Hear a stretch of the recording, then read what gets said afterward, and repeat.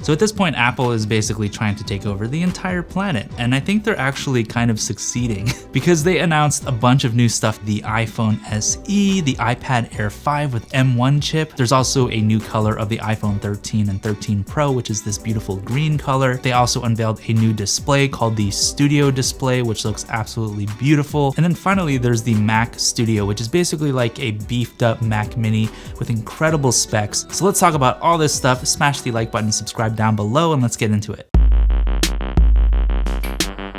How's it going, y'all? It has been Aqua. Thank you so much for joining me. So why don't we just cut through the vegan beef and I'll tell you what I actually pre-ordered, which is the base model of the new Mac Studio, which comes in at $19.99, and it is a base model, but this base model is beefed up to all hell. Like, this base model is probably way overkill, especially for me, where this 2021 MacBook Pro is overkill actually for most of the things that I do, including content creation, video editing, music production, you name it. Like, anything you throw at this machine, it's just gonna cut through it. So even the base model of the Mac Studio has better specs than this MacBook Pro. I also ended up pre-ordering the Studio display, which is Apple's new display. That comes in at $15.99, and altogether for the Mac Studio and then the Studio display, it was almost $4,000, and that is a ridiculous amount of money for me to spend on a computer. But if you think about the kind of processing power that you're getting with the Mac Studio, and again, that's the base model, that one has an M1 Max chip and has incredible specs, like way more than I probably will ever use, but it's nice to have a kind of future-proofed computer. And it'll be really cool to experiment with that computer versus the 2021 MacBook Pro. So the Mac Studio definitely excites me. First of all, I think it's a beautiful object. It looks like the Mac Mini, just kind of extruded up a little bit. It has really nice input-output ports, especially that SD card slot and 2 Thunderbolt ports in the front. It definitely seemed like Apple was paying attention to a lot of the critique and the feedback that us creators have been telling Apple for many years. Like, hey, we really want to be able to plug the SD card in really easily without putting in, you know, a bunch of dongles and stuff everywhere and hiding them under your desk and that kind of thing. It's so much easier to just plug the SD card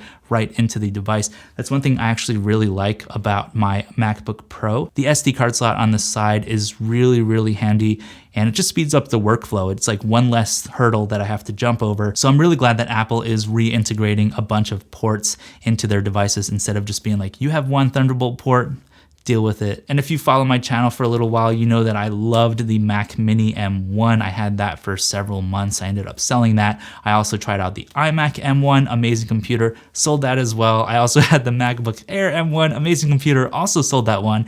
That led me up to the MacBook Pro 2021. And out of all the M1 machines that I've used, this MacBook Pro 2021 14-inch is an absolute dream. So why would I even need a new computer? I don't think it's about need in this case. It's more kind of a curiosity, at least for me. These new M1 chips, how they continue to advance so quickly even. Like, it doesn't even seem like this MacBook Pro was released that long ago. I mean, it wasn't. It's only like a few months old. But now they have an M1 Ultra chip, which is even faster than the M1 Max, the M1 Pro, the M1. Like, y'all, how much faster do these computers really need to be? At least for most people that are kind of, you know, doing some video editing, doing some music editing, some photo editing, stuff like that. If you're a content creator, honestly, I don't even think you need anything beyond even the base model of the MacBook Pro 2021, depending on what kind of camera you're using and that kind of thing. You can edit 8K video easily on this machine. I edit my 4K HDR video easily like butter in Final Cut Pro on my MacBook Pro, and the display on this thing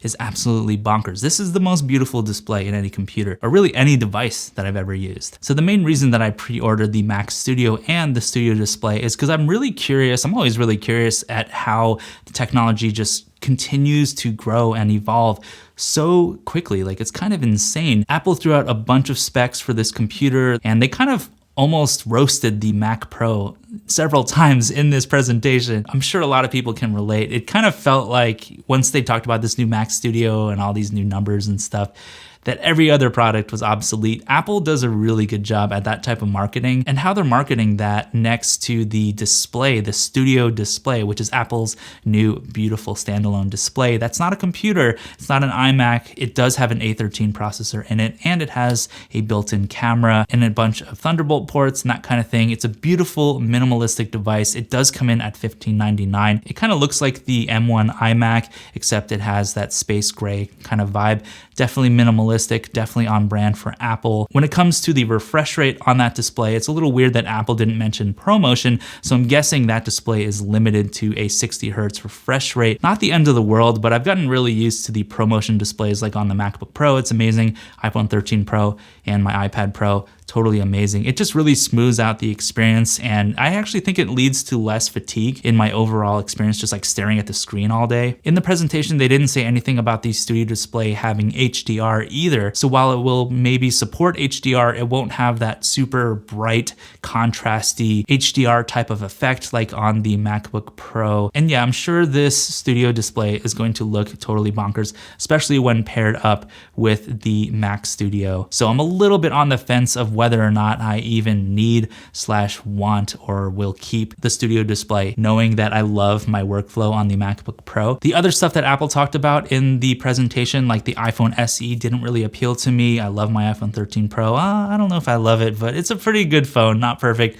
amazing cameras. But the iPad Air was really enticing. The new one that they announced has the M1 chip, it has updated cameras, and it's $599, which is an incredible deal compared to the iPad Pro that I still have from 2018. Which is starting to feel a little bit dated. It's still definitely an amazing device, but having an M1 chip in an iPad is definitely kind of enticing to me. The green iPhone 13 and 13 Pro also looks really spicy. I think they call it Alpine green or something, and it looks really nice. It kind of reminds me of the green iPhone 11 Pro. So yeah, I'm really excited to try out the Mac Studio and then the Studio Display. Be sure to subscribe down below because I'll be making some new content about those two things. And down below in the comments, let me know if you pre-ordered any of the new Apple devices that were discussed today in the spring event. Did you get the Mac Studio? Did you get the Studio Display? Do you think it's all just a load of crap? And also add me on social media at B3NAQUA. Thank you so much for watching, and I'll see you in the next one.